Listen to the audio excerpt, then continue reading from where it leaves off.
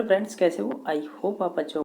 हम इस वीडियो के अंतर्गत देख रहे हैं ये आपके एचटेट का ही क्वेश्चन पेपर के क्वेश्चन कैसे पूछे गए थे। ठीक है, तो आप देख सकते हैं जैसे कि इसमें पहला क्वेश्चन पूछा गया था 31 नंबर के निम्नलिखित में से सही वर्तनीय वाला शब्द कौन सा है, इसमें से वो चूज करना है। आप इन सभी ऑप्शनों को ध्यान से देखेंगे तो इसमें से पहला ऑप्शन होगा अनिर्णित। बाकी आशीर्वाद ऐसे नहीं लिखा जाता है, आशीर्वाद कुछ इस प्रकार से लिखा जाएगा।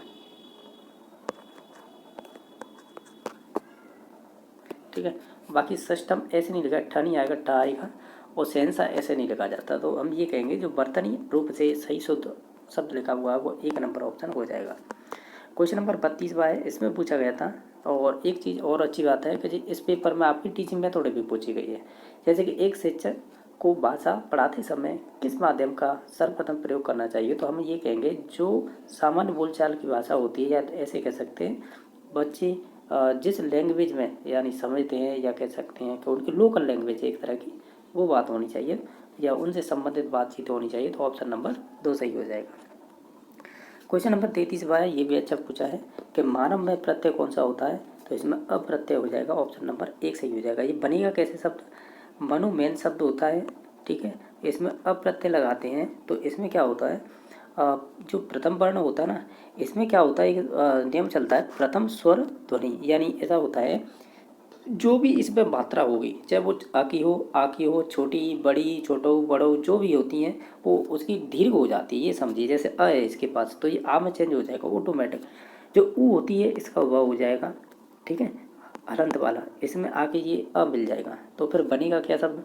म का माँ हो गया, और न का न पूरा ही रहता है यहाँ पे, और जो व था ये कंप्लीट हो जाएगा इस अ से। यानी मेरा कहने का मतलब ये है, ऊ का कर लिया हमने व, जो हलंत था और इस अ को मिला देंगे तो ये पूरा बन जाएगा। इस प्रकार ये मानव बनता है। ठीक है, इसमें एक और एग्जाम्पल ले सकते हैं, जैसे यदु है, ठीक है, और इसमें यदु में आप है, एक सेकंड, ये यदु है, इसमें अप्रत्यय लगा है, तो इसे मतलब शब्द क्या बनेगा? तो हम ये कहेंगे, देखो ये ऊ है ना इसका, तो वह हो जाएगा, वो भी हलंत में, और प्लस पीछे अ है तो ये यूं के यूं ही रख लो।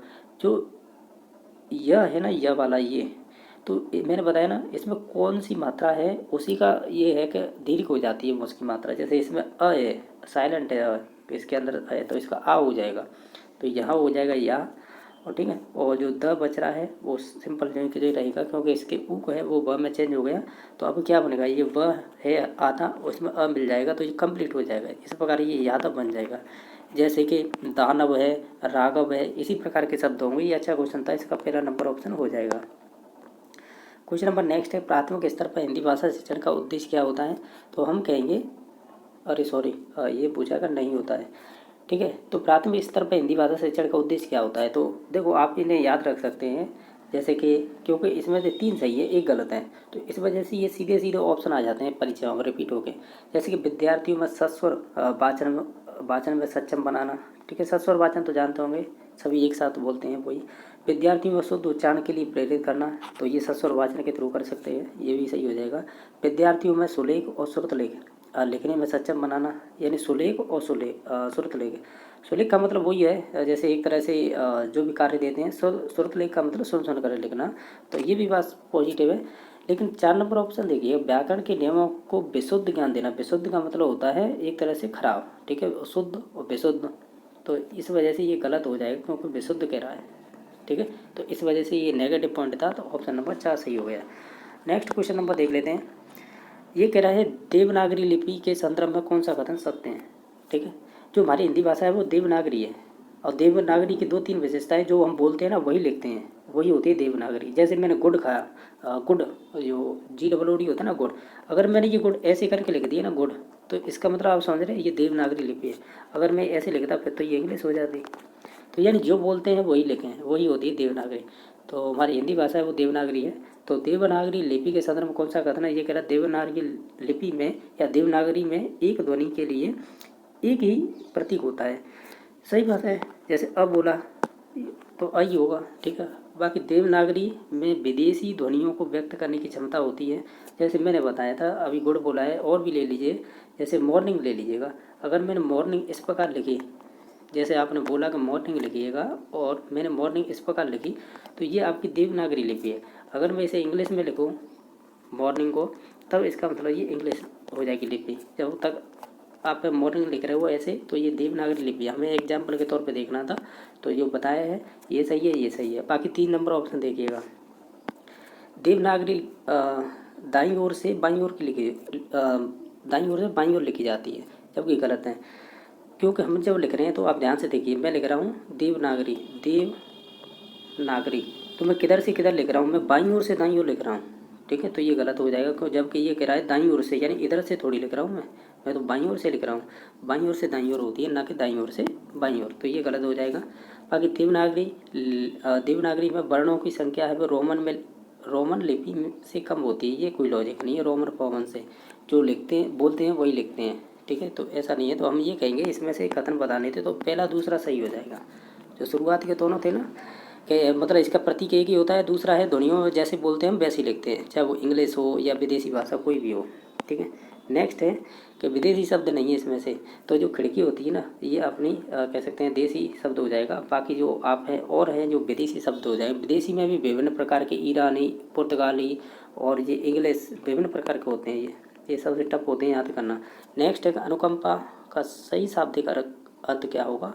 हम ये कहेंगे किसी के दुख से दुखी होकर उस पर कृपा करना, यही होगा आपकी अनुकंपा। नेक्स्ट क्वेश्चन हमें रेगिस्तान को फिल कीजिएगा। तो हम कहेंगे शांति संधि से पूर्व प्रधानमंत्री के वरिष्ठ मंत्रियों के साथ मंत्रणा की, तो ऑप्शन नंबर इसका 2 सही हो जाएगा। हालांकि इस प्रकार के क्वेश्चन पूछे नहीं जाते हैं, फिर भी आए हैं तो हम देख रहे हैं। कहानी सुनने का मूल उद्देश्य क्या होता है, इस प्रकार के क्वेश्चन बनते हैं। हम कई बच्चों में हम कल्पना शक्ति का विकास करेंगे, ठीक है। तो यही होता है मेन चीज़, तो आपकी कहानी सुनाने का मतलब, ठीक है। नेक्स्ट देख लेते हैं, इसके बाद क्या है गद्यांश है। ये तो ऐसे नहीं देखेंगे, इसमें से ग्रामर क्वेश्चन करेंगे, जो जैसे ये ग्रामर का है इसे कर लेते हैं। आख्यान का पर्याय क्या होता है, यानी इसका सिनोनिम से बताना है, तो ये कथाएँ हो जाएंगी। यानी आख्यान का मतलब अगर हम सिमिलर वर्ड देखें तो कथाएँ हो जाएंगी। और कोई कौन सा है, ये है क्या, ये छोड़ दिए क्या हमने, इसके बाद हमने ये क्वेश्चन छोड़ दिया था। चलो देख लेते हैं। जीतने की इच्छा के लिए कौन सा शब्द आप प्रयोग करें, वो जीतने की इच्छा को कहते हैं जिज्ञासा। ऑप्शन नंबर 4 सही हो जाएगा। और अगर जीवन जीने की इच्छा होगी तो फिर जिज्ञासा हो जाएगा, ठीक है। नेक्स्ट देख लेते हैं, और कोई है क्वेश्चन और देख लेते हैं। ये क्या है, ये गद्यांश से पूछा है तो उन्हें छोड़ देते हैं। यानी जो ग्रामर संबंधी क्वेश्चन होंगे ना, हम उन्हें ही करेंगे। इसे नहीं पढ़ेंगे, हाँ इसे देख लीजिए। ये आपके समाज से पूछा है कि गुरुमुखी पद में समास कौन सा होगा। आपने देखा होगा चंद्रमुखी और चंद्रचूड़ और गुरुमुखी, यानी इसका मतलब है गुरु के मुख के रूप में जो है वह, इस प्रकार का हम निकालते हैं अर्थ, बहुबरी हो जाएगा इसमें, ठीक है। जैसे चंद्रमौली, गुरुमुखी और चंद्रचूड़, और जैसे कि चंद्रचूड़ का होता है शिव जी होता है, बहुबरी समास होता है, यानी जिनके सिर पे है क्या चंद्र रूपी, ऐसा ही है ना कुछ। अब देखो मुझे शुद्ध नहीं आ रहा है उसका, लेकिन होता है उसमें बहुबरी है, तो ऐसे ही उसी प्रकार का ये होगा, ठीक है। यानी गुरु ऐसा हो जाएगा, गुरु मुख जैसा वह है जो, इस प्रकार का निकलेगा, तो बहुबरी समास हो जाएगा, ठीक है। बाकी ये तत्पुरुष होगा नहीं, द्वंद्व होगा नहीं, द्विग होगा नहीं। नेक्स्ट देख लेते हैं, स्पष्ट संघर्षी व्यंजन कौन सा है इसमें से, तो जय हो जाएगा। ऑप्शन नंबर 1 सही हो जाएगा। हालांकि स्पर्श व्यंजन होते हैं वो आपको मालूम होगा 25 होते हैं, जिसमें से आपका क वर्ग हो जाएगा, और इसके बाद च वर्ग हो जाएगा, और कौन सा होता है त वर्ग हो जाएगा, और होता है आपका प वर्ग हो जाएगा। और इनमें 5 वर्ण होते हैं, 5 चौको 20, यही हो जाएगा। अरे मैंने 25 बता दिए क्या, 20 होते हैं, माफ़ी चाहूँगा अगर गलत बता दिए हैं तो। 20 होते हैं, 20 और 4 24 और 4 28। हाँ 1 सेकंड, देखो हम बता ही देते हैं, मेरे हिसाब से 25 ही होते हैं, फिर बाकी आप 1 सेकंड रुकिएगा। जो शुरुआत में बताया था वो बिल्कुल सही था, क्योंकि जो 25 स्पर्श व्यंजन होते हैं, ठीक है, और जिसमें से आपके इसके अलावा 4 आपके अंतस्थ व्यंजन होते हैं, 4 ही आपके ऊष्म व्यंजन होते हैं। इस प्रकार ये आपके 33 वर्ण होते हैं जो व्यंजन के, और बाकी 11 और मिला दीजिए जो स्वर, इस प्रकार 44 वर्ण होते हैं आपके हिंदी में। तो ये मैंने जो बताया ना, ये तो क वर्ग होगा, ठीक है, और आपका च वर्ग हो जाएगा, और आपका ट वर्ग हो जाएगा, और एक त वर्ग हो जाएगा, एक प वर्ग हो जाएगा, ठीक है। ये होते हैं आपके, कह सकते हैं स्पर्श व्यंजन। इनके आगे है क ख ग घ इस प्रकार है च छ ज झ ठ ठ थ इस प्रकार होते हैं, तो ये होंगे। ठीक है, तो इसमें से राइट आंसर हो जाएगा 1 नंबर ऑप्शन। नेक्स्ट देख लेते हैं श्यामा की, इसमें से आपको बताने हैं कि वह शब्द समूह को चुनिए जो श्यामा शब्द के विभिन्न अर्थों को व्यक्त करते हैं। तो जैसे कि इसमें से राधा हो जाएगी, यमुना हो जाएगी, कोयल हो जाएगी, तो ऑप्शन नंबर 1 सही हो जाएगा। इनके अलावा नेक्स्ट है, इसमें बताना सुरभि यानी छोटी ई की मात्रा बड़ी की मात्रा, इस प्रकार इसमें दे रखे हैं। शब्द दोनों समान है, बस छोटी और बड़ी की मात्रा का ही अंतर है। तो हम कहें सुरभि और सुरभि, तो इनमें हुआ देखो सुरभि माने होता है आपकी सुगंध, तो ये सुगंध इसमें भी दे रखा है, इसमें भी दे रखा है, और सुरभि माने होते गाय, तो ऑप्शन नंबर इसका 4 सही हो जाएगा। यड़ संधि का इसमें से एग्जाम्पल कौन सा होगा, तो सही है पहला ही हो जाएगा, क्योंकि अभी प्लस अर्थी होता है, अभी प्लस अर्थी, अभी प्लस अर्थी हो जाएगा, और इस ई का य हो जाएगा। ठीक है, और जो भ बचेगी वो आधा हो जाएगा, और ठीक है, और जो अ है इसमें य में आके मिल जाएगा, क्योंकि हलंत होगा ना, जब ई य में होगा तो हलंत होता है, तो इसमें आएगा। बाकी अ पूरा रहेगा ये, और बाकी पीछे धृत लग जाएगा धरती, यानी आप ऐसे ही बोल सकते हैं अभ्यर्थी बनेगा शब्द। नव प्लस ऊड़ा में कौन सी संधि होगी, नव, एक सेकंड, ये तो अभ्यर्थी हो गया, इसमें यड़ संधि, इसमें कौन सी होगी, नव प्लस ऊड़ा, तो नवोड़ा बनता है, तो ये आपकी फिर गुण संधि हो जाएगी। ठीक है, यानी नवोड़ा का मतलब अभी अभी शादी हुई है। इसमें 2-3 शब्द चलते हैं अगर याद रख सको तो, जैसे कि एक हो गया तो ये तो होगा नवोड़ा, एक होता है अद्यूड़ा। अद्यूड़ा का मतलब क्या होता है, ये वाला अद्यूड़ा, अद्यूड़ा का मतलब होता है इसका जिसके पति ने दूसरी शादी कर ली हो। एक होता है अनूढ़ा, ये पूछे हुए क्वेश्चन है, तो ये अनूढ़ा का मतलब होता है जिसकी शादी नहीं हुई हो। और एक होता है अन्योड़ा, उसका मतलब होता है अन्य की पत्नी से शादी कर लेना। ठीक है, तो इस प्रकार ये है, तो उसमें से तो ज़्यादातर नवोड़ा ही पूछा जाता है, और आपका अद्यूड़ा। ठीक है, नेक्स्ट, और इसमें और भी है, इसमें हो जाएगी कौन सी संधि हो जाएगी, छोटी ए हो जाती है, किसमें हो जाती है, किसमें हो जाएगी ये देखो, दीर्घ है नहीं इसमें। ठीक है, और अयादि भी नहीं है, और आपकी यड़ भी नहीं है, और आपकी फिर इसमें वही हो जाएगी कौन सी, गुड़ी संधि हो जाएगी, क्योंकि सु प्लस इच्छा शुभेच्छा बनेगा, तो इसमें गुण हो जाएगी। प्राप्तोदक यानी जा का मतलब हो जाएगा प्राप्त प्लस उदक, तो ये इसमें गुण हो जाएगी। नेक्स्ट देख लेते हैं, भाषा की सबसे छोटी इकाई कौन सी होती है, वो होती है वर्ण, और लिखित रूप में पूछे तब फिर ध्वनि हो जाएगी। ठीक है, तो ये ध्यान रखना है, ये सबसे छोटी इकाई कौन सी है, वर्ण हो जाएगी। नेक्स्ट है कि बताओ कि निम्नलिखित में से किस वर्ण का मूल उच्चारण हिंदी में प्रचलित नहीं है, यानी जिसका उच्चारण नहीं कर पाते हैं, या मोस्टली जो हम ग्रामर पढ़ते हैं तो उसमें नहीं होता है।